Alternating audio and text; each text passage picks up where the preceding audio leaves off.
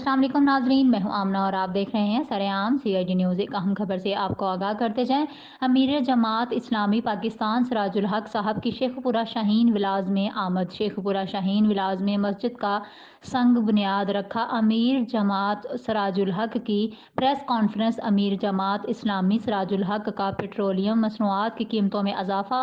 Petroleum मसनूआत की कीमतों में इजाफा मुस्तरद करते हैं। हुकूमत ने पेट्रोल की बुलंद तरीन कीमत का अपना ही रिकॉर्ड तोड़ डाला। पेट्रोल की कीमत में इजाफा महंगाई के सताए अवाम पर एक और जुल्म है। हुकूमत IMF के सामने मुकम्मल सरंगों हो चुकी।